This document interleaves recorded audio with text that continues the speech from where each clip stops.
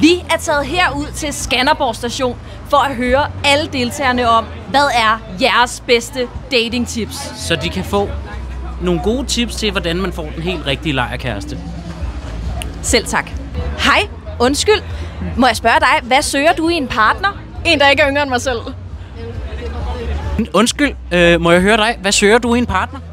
Det er et godt spørgsmål. Jeg tænker måske sådan noget FDF'er. Hvad søger du i en partner? Altså jeg har jo lige mistet mine nøgler forleden, og så viste det sig, at min eks havde spist dem. Hvad? Ja, så nøgler, tænker jeg. Hvad leder du efter i en partner?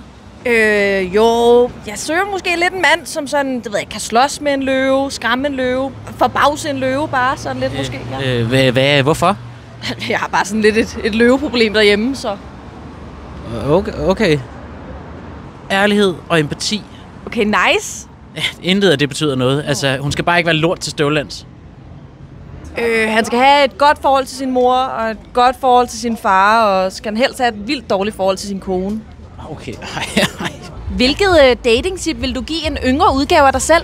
Ja, lad være med at date Line, Grit, Camilla, Lykke, Malene, Katrine. Hvad er et red flag i en partner? At han ikke går til FDF. I har hørt det her først. Hvad er et kæmpe red flag i en fyr? Det er, at ham der gutten der, han bor i København, og ikke i Jylland. Kæmpe red flag. Ja, enig. Det er, hvis han ikke vil have nogen børn. Okay, så du vil gerne have børn? Nej. Jeg har nogle børn. Jeg prøver at komme af med dem. Seriøst. Please, tag mine børn. Tag dem. Jeg vil ikke have dem mere. Jeg tror, hvad er en kvindes rolle i et forhold? At køre rundt i BMW. Ja. Hvad mener du egentlig, at en mands rolle er i et forhold? Altså, teknologien har jo ødelagt alle roller nu til dags. Ja, hvad mener du? Madlavning, just eat. Rengøring, robotstøvsuger. Okay, hvad med børneopdragelse? Mener du iPad'en? iPad? Ja, jeg mener iPad'en. Sikkert nok. Andrea, Sara, Anne-Sophie, Mia, Katrine igen. Katrine en tredje gang. Hvor høj skal en fyr være, for at du gider date ham? Jamen, i hvert fald højere end mig. Jeg er kun 1,60. Sådan øjenhøjde, tænker jeg. Jeg vil gerne kunne se dem i øjnene. Ja. Det er også meget rart. Altså, det er jo lige meget. Altså, jeg kan sagtens gå med høje hæle. Slay? Jeg vil gerne date en på 2 meter.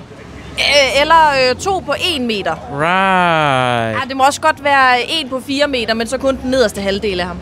Okay. Hvilket datingråd vil du give til en yngre udgave af dig selv? Find de rigtige fyre. Find de rigtige fyre. Anna, Pernille, Niels, Death Vixen, Slayer Sage og hende med modermærket.